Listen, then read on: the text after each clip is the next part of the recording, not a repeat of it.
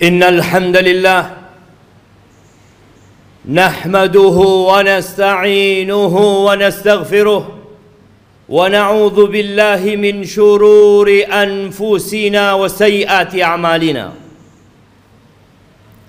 Man yahdillah fala mudilla lahu wa man yudlilhu fala hadiya lahu.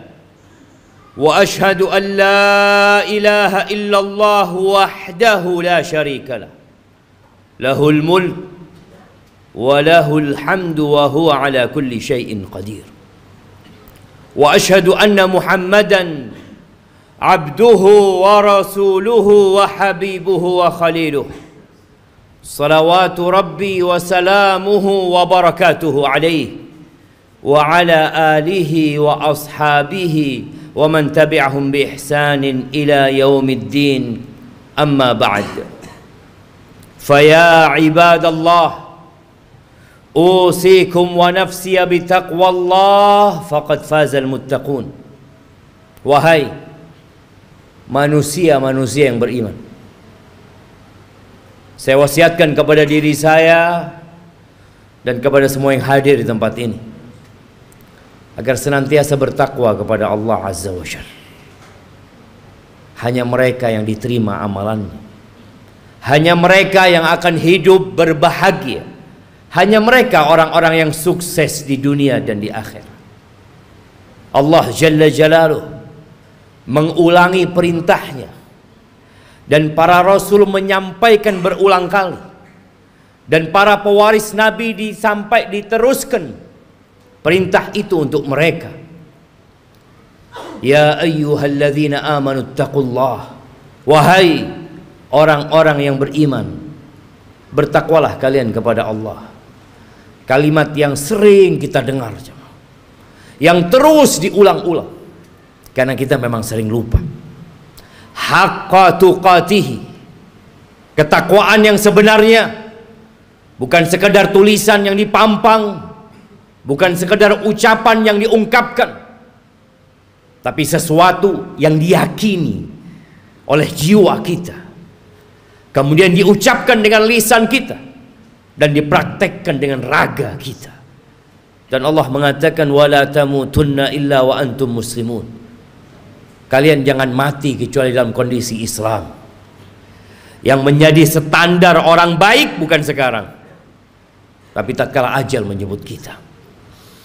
Jamaah rahimakumullah, setiap hari kita keluar rumah kita, orang-orang juga keluar dari rumahnya, anak-anak juga berangkat ke sekolahan.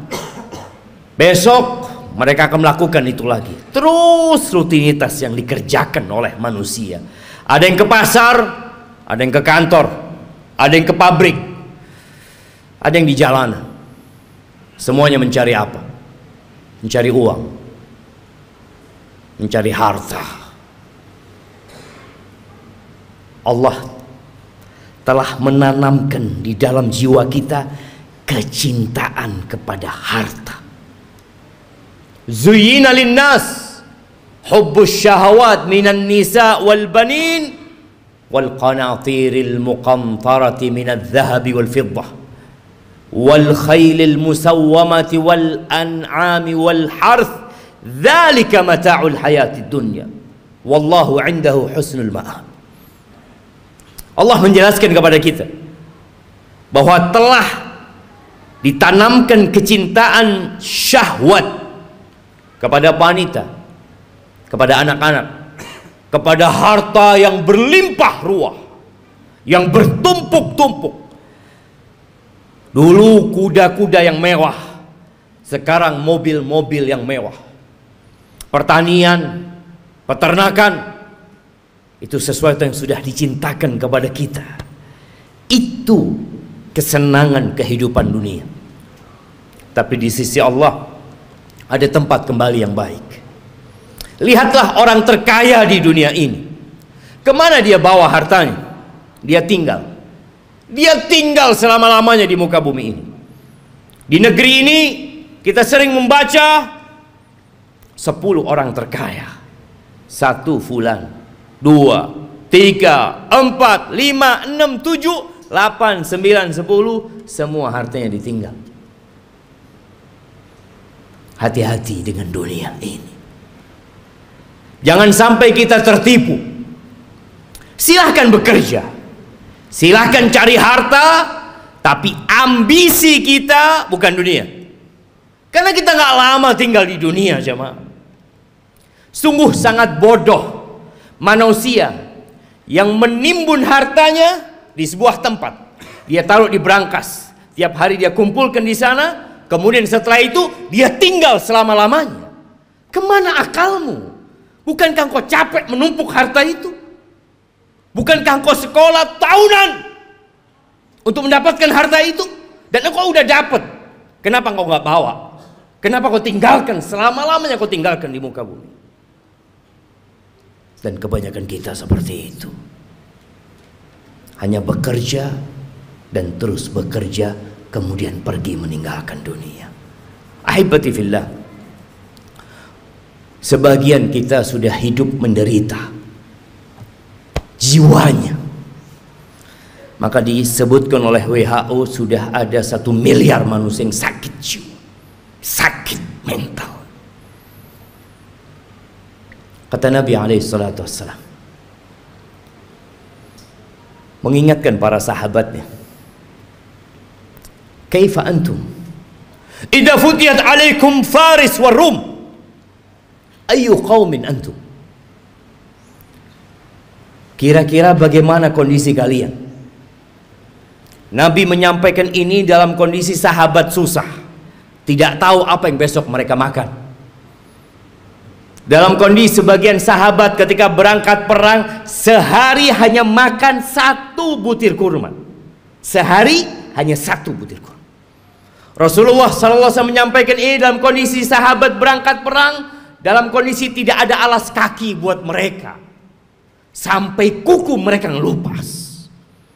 Nabi menanyakan kepada mereka yang hidup menderita secara harta pada waktu itu, kira-kira bagaimana kondisi kalian apabila Persia dan Romawi ditaklukkan, kemudian harta mereka dibagikan kepada kalian? Ayu qaumin antum? Kira-kira kalian jadi orang yang seperti apa? Kata Abdurrahman bin Auf, nakun kama qala Allah atau kama yaqulullah. Kita akan menjadi manusia seperti yang Allah inginkan, yang Allah perintahkan. Kata Nabi SAW, awa ghaira dhalik, mungkin nggak seperti itu, kata Nabi SAW. Jamaah, kita pernah susah secara ekonomi. Ingat dulu mungkin ketika motor kita motor bekas. Ingat dulu ketika kita sebagian belum menikah, nggak punya apa-apa. Kemudian terus bertingkat kondisi ekonomi kita. Semakin membaik, dan terus Allah kasih lagi kepada kita. Sekarang bagaimana kondisi kita? Abdurrahman bin Auf mengatakan kita akan menjadi orang seperti yang diinginkan oleh Allah dan Rasulnya. Tapi kata Nabi SAW, mungkin nggak seperti itu kalian. Apa yang akan terjadi? Tatanafasun. Yang pertama, kalian akan bersaing. Udah punya harta banyak, yang seharusnya hidup tenang, sakit jiwa. Terus dia bersaing. Motornya kepingin lebih baik dari motor orang lain, handphonenya kepingin lebih baik dari orang lain, hartanya kepingin lebih banyak dari orang lain, rumahnya kepingin lebih bagus dari yang lainnya. Terus didorong oleh penyakit. Tatanafasun. Itu yang akan terjadi. Oke. Bersaing boleh kan, selama kita tidak menzalimi orang lain. Tapi Nabi SAW mengatakan itu hanya awal yang akan terjadi. Yang kedua, thumma tatahasadun. Kalian akan saling hasud setelah itu. Karena dunia ini sempit, jamaah. Kursi-kursi itu terbatas. Kalau sudah ada yang duduk di sana, yang lain nggak bisa duduk di situ. Dia harus turunkan dia. Dia harus menggantikan posisi itu. Kalian akan saling hasud.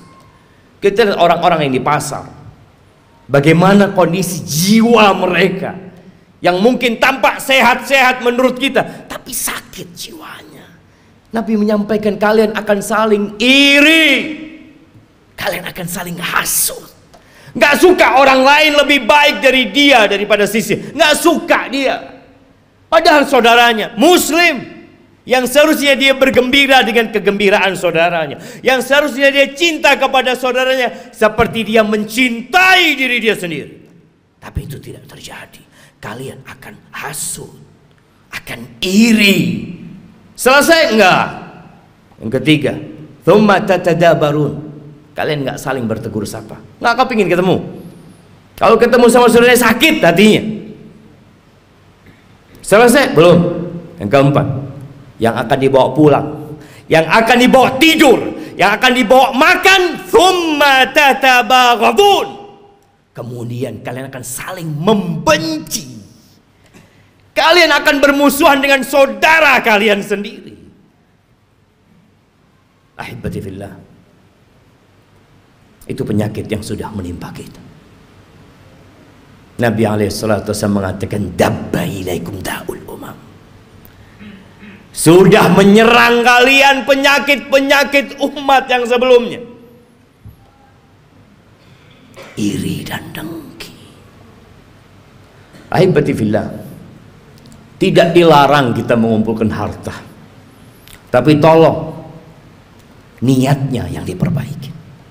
Rasulullah sallallahu alaihi wasallam ketika melihat ada seorang sahabat yang bekerja keras mengumpulkan harta, kata orang-orang di kalangan sahabat yang lainnya mengatakan, laita hadza fi sabilillah.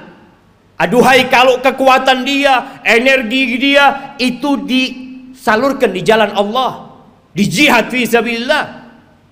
Maka Nabi mengatakan kepada para sahabatnya, laukana yas'a. Kalian tahu kalau orang ini keluar bekerja dalam rangka memberikan nafkah kepada kedua orang tuanya yang udah sepuh, fahuwa fi sabilillah. Dia di jalan Allah. Yang kedua, laukana kharaj yas'a ala auladin lahu sighar. Kalau dia bekerja dalam rangka niatnya memberikan nafkah kepada anak-anak yang masih kecil, fahuwa fi sabilillah. Dia di jalan Allah. Jangan diremehkan dia bekerja. Yang ketiga, in kana kharaja yas'a yu'iffa nafsah. Kalau dia keluar bekerja dalam rangka menjaga kehormatan dirinya, agar dia tidak jadi benalu di masyarakat, dia tidak menyusahkan orang lain, dia sedang ingin menjaga kehormatan dirinya, nggak ingin minta-minta sama orang, fahuwa fi sabilillah, maka dia pun di jalan Allah.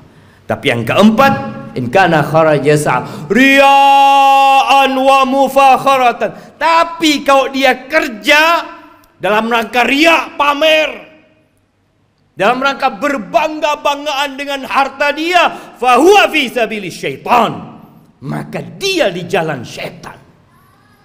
Jangan sampai tiap hari kita keluar rumah kita, kita sedang berada di jalannya syaitan.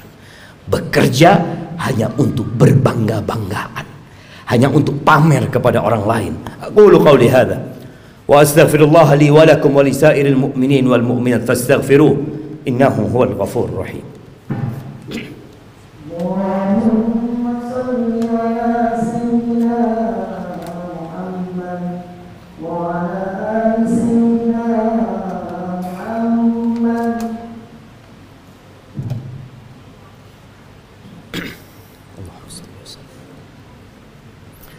Alhamdulillah wa kafa, wassalatu wassalamu ala nabiyil mustafa sayyidina wa maulana Muhammadin wa ala alihi wa ashabihi wa man iqtafa, amma ba'd. Ahibati fillah,